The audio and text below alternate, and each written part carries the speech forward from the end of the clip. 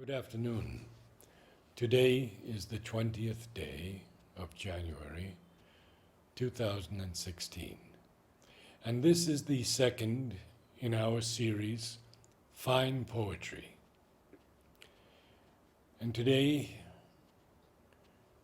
we look into the life and work of Stanley Kunitz. Stanley Kunitz was born on July 29, 1905.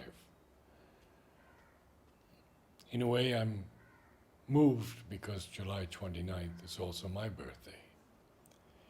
And he left this earth on May 14th, 2006. He was the 10th Poet Laureate of the United States, and at the age of 100 was still writing poetry. He had a very difficult life, for his father committed suicide. And it was something that remained with him for the rest of his life. One of Stanley Kunitz's greatest loves was gardening. "It's the way things are," he once said, "death and life inextricably bound to each other." One of my feelings about working the land is that I am celebrating a ritual of death and resurrection. Every spring I feel that. I am never closer to the miraculous than when I am grubbing in the soil. Kunitz was 99 years old when he published his last book in 2005. He died the following year. He received many awards for his poetry, including the Pulitzer Prize, the National Book Award, and the Robert Frost Medal. He also served 2 terms as United States Poet Laureate, 1974 to 76 and 2000 to 2001, as well as New York State Poet Laureate, 1987 to 89. Kunitz lived, worked, and gardened for many summers in Provincetown, Massachusetts. For me, one of the most inspiring things is next. About his own work, Kunitz has said, "The poem comes in the form of a blessing, like rapture breaking on the mind, as I tried to phrase it in my youth.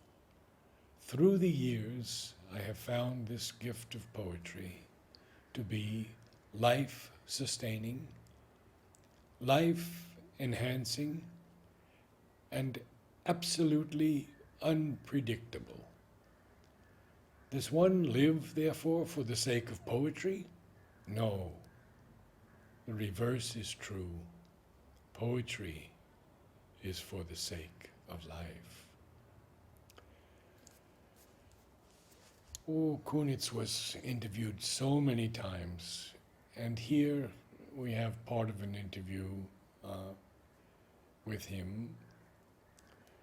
The question is asked, "Stanley, you have said to Bill Moyers that, quote, poetry is the most difficult, the most solitary, and the most life-enhancing thing that one can do in the world.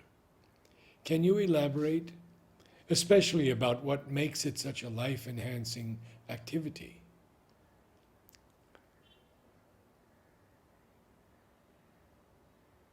Kunitz replies, "The experience of love and the creative act are the supreme expressions of the life force.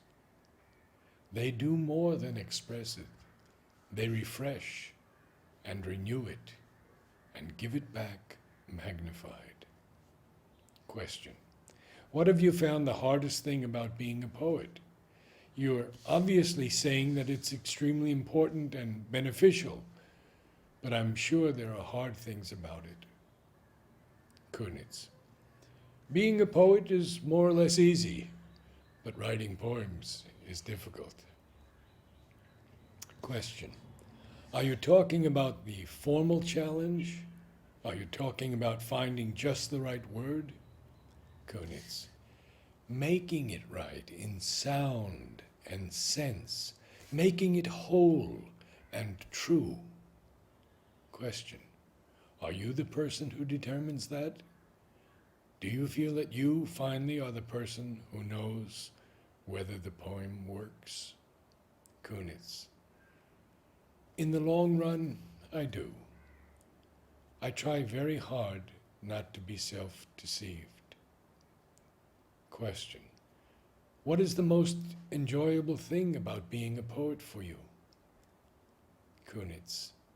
The knowledge that there is nothing else I would rather do or be. Question. Here we are, almost at the end of the 20th century, with all these incredible technological changes, most significantly in the modes and process of communication. Is there any future for poetry in the new age? Kunitz. The relevance of poetry is to the history of civilization, not to the progress of technology. Poets today can hope to do precisely what poets have always done, that is, tell the story of the human adventure. Express what it feels like to be alive in this particular time, this particular place. Question. What does a poet need to know about craft, and are rhyme and meter still important enough to be part of a young poet's training? Kunitz. I am never satisfied that I know enough about craft. I am still learning. But I think that it's important to stress that craft is not an end in itself, only a means. Only a means to gain control over language, to make it more sensitive to the modulations of one's thoughts and feelings, to improve its precision so that one won't have to tell lies. Question. You are someone who has written poetry of note both in traditional forms and in free verse. Do you think free verse can be taught, and is there anything coherent and plausible that one can say about writing free verse poetry? Kunitz. In the first place, I don't think free verse is free. It has rather indeterminate principles, but at the least it must connect and cohere and establish a defining rhythmic pulse. As to whether traditional form is still essential,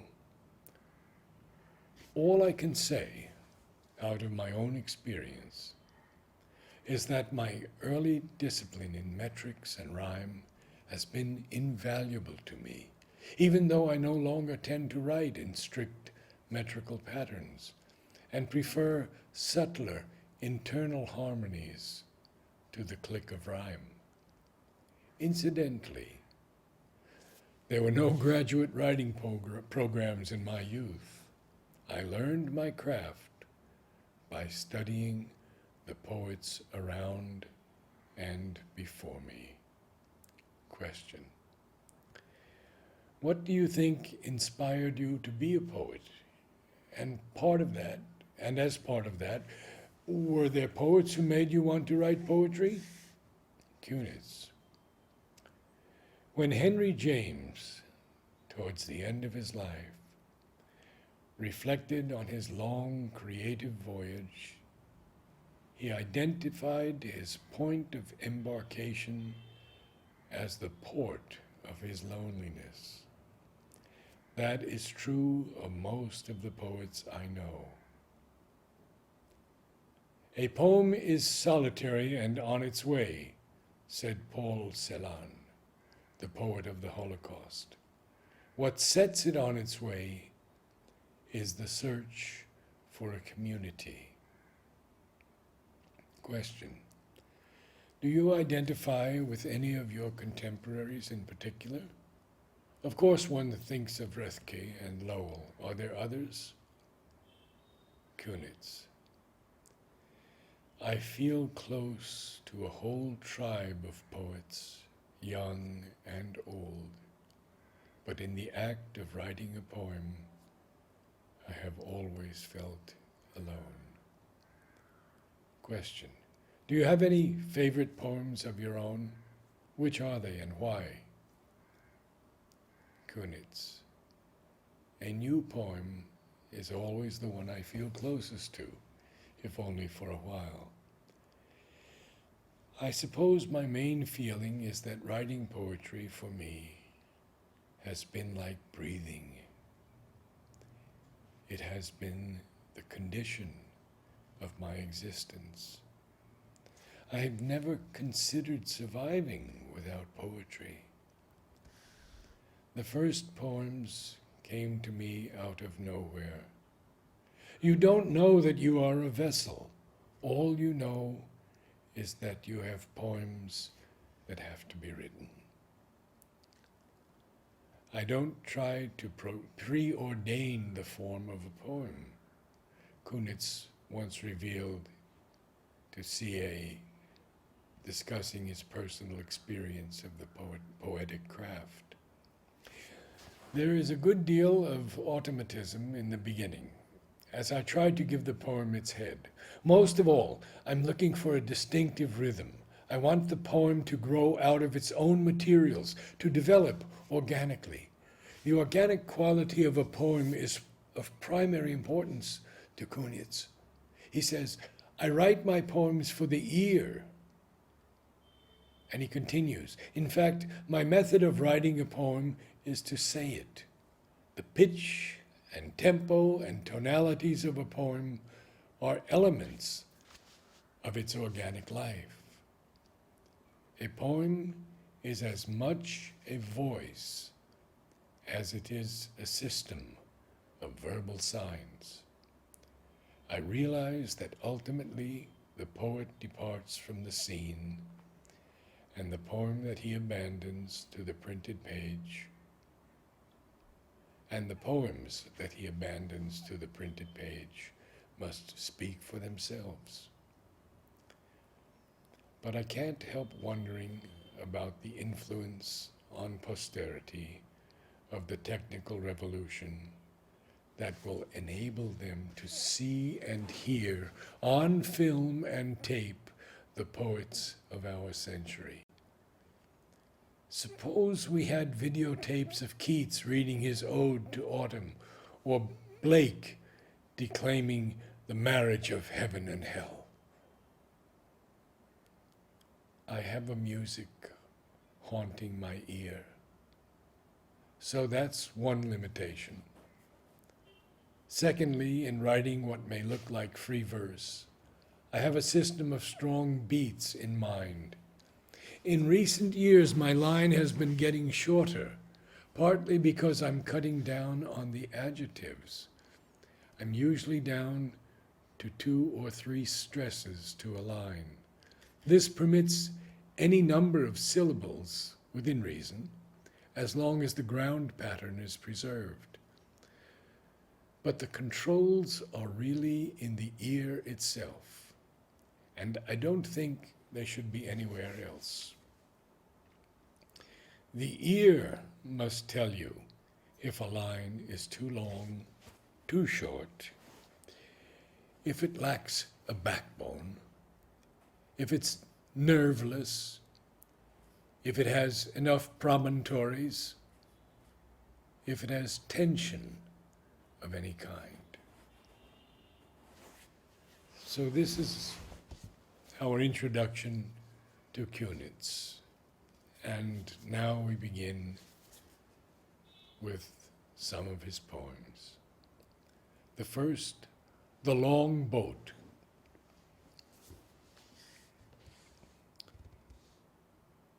When his boat snapped loose from its mooring under the skrieking of the gulls, he tried at first to wave to his dear ones on the shore, but in the rolling fog they had already lost their faces, too tired even to choose between jumping and calling.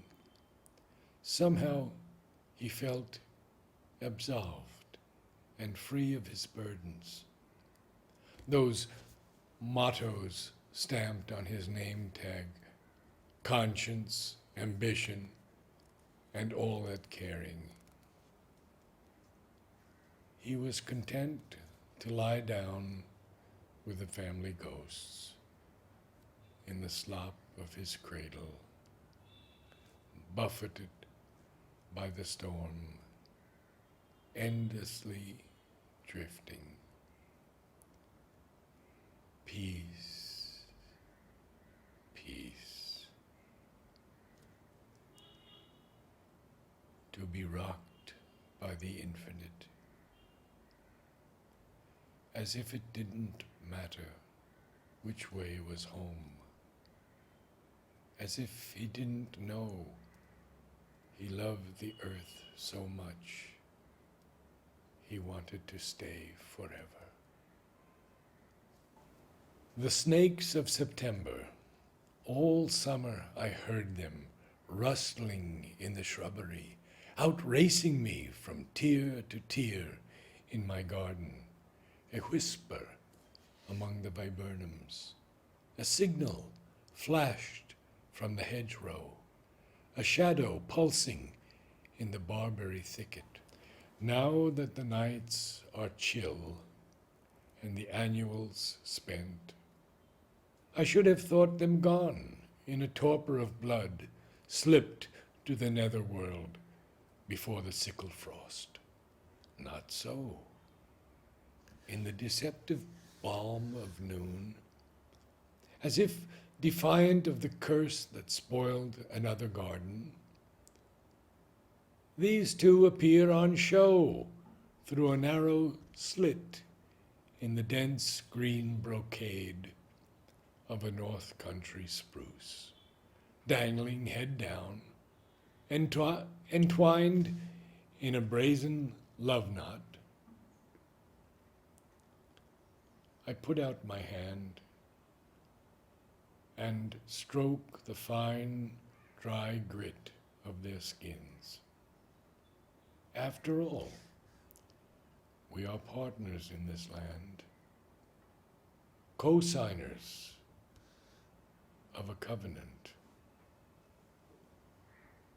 At my touch, the wild braid of creation trembles.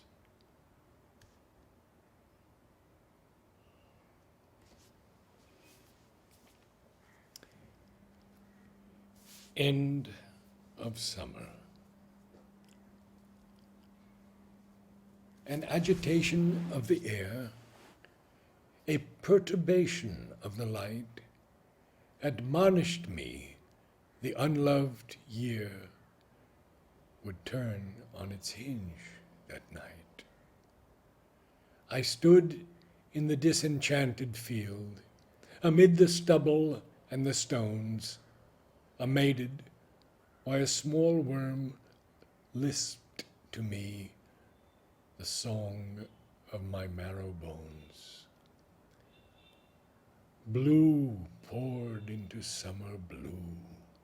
A hawk broke from his cloudless tower.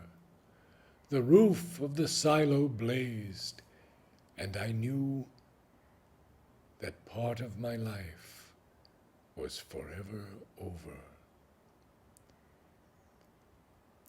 Already the iron door of the north clangs open. Birds, leaves, snows order their populations forth, and a cruel wind blows.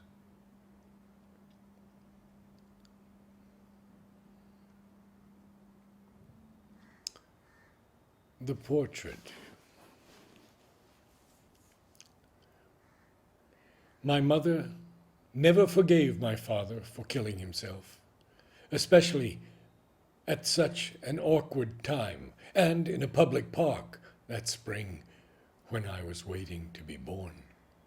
She locked his name in her deepest cabinet and would not let him out, though I could hear him thumping. When I came down from the attic, with the pastel portrait in my hand of a long-lipped stranger with a brave mustache and deep brown level eyes, she ripped it into shreds without a single word and slapped me hard. In my 64th year, I can feel my cheek still burning.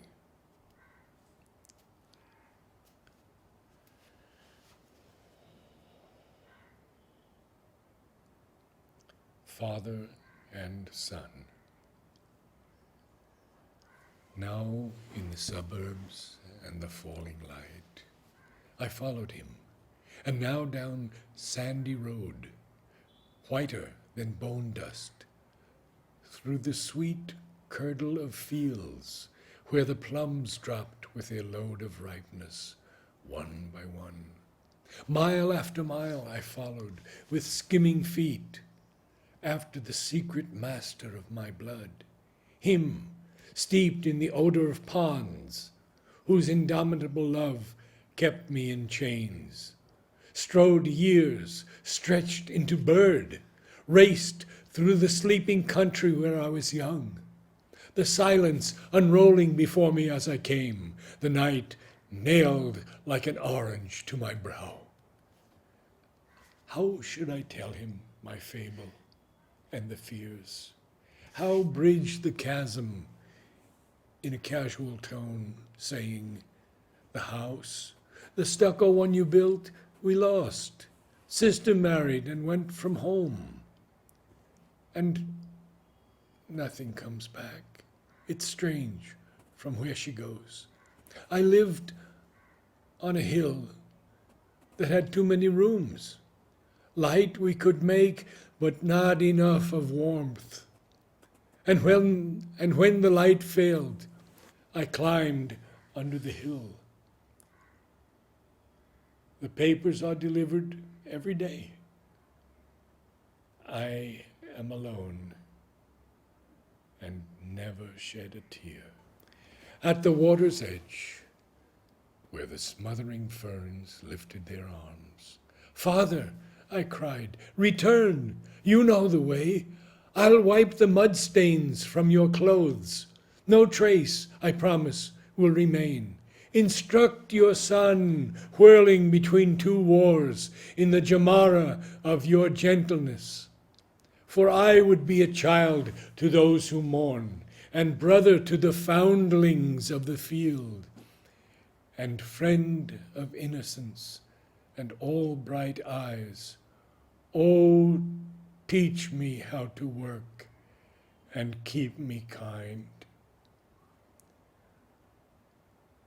Among the turtles and the lilies, he turned to me, the white, ignorant hollow of his face.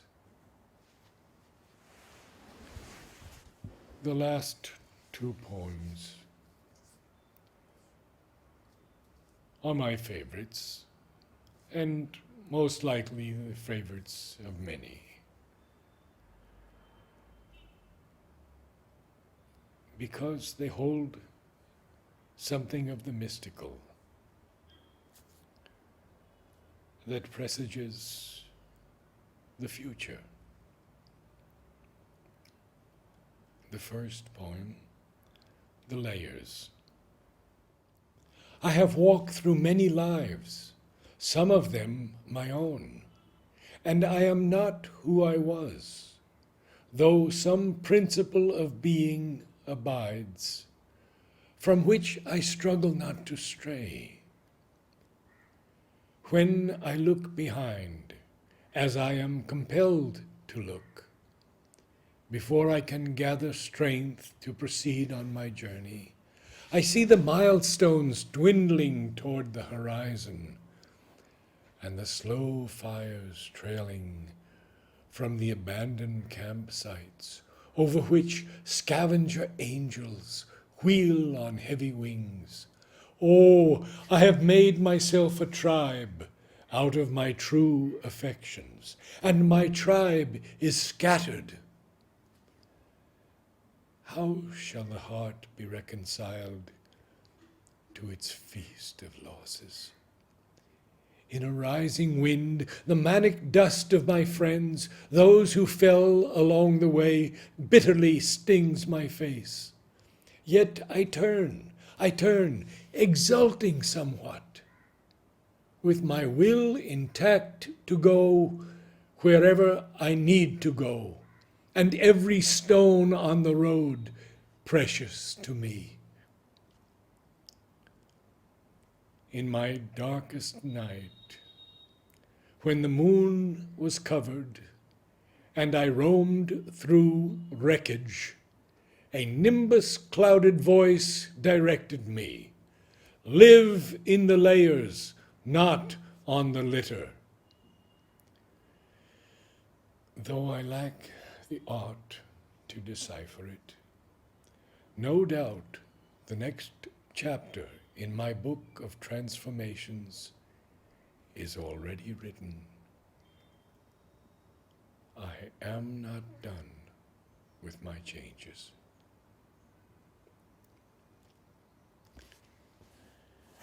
And the last poem, The Round. Light splashed this morning on the shell-pink anemones swaying on their tall stems. Down blue-spiked Veronica, light flowed in rivulets over the humps of the honeybees. This morning I saw light kiss the silk of the roses in their second flowering, my late bloomers flushed with their brandies. A curious gladness shook me. So I have shut the doors of my house. So I have trudged downstairs to my cell. So I am sitting in semi-dark, hunched over my desk, with nothing for a view to tempt me, but a bloated compost heap, steamy old stink pile under my window. And I pick my notebook up and I start to read aloud the still wet words I scribbled on the blotted page. Light splashed. I can scarcely wait till tomorrow, when a new life begins for me, as it does each day, as it does each day.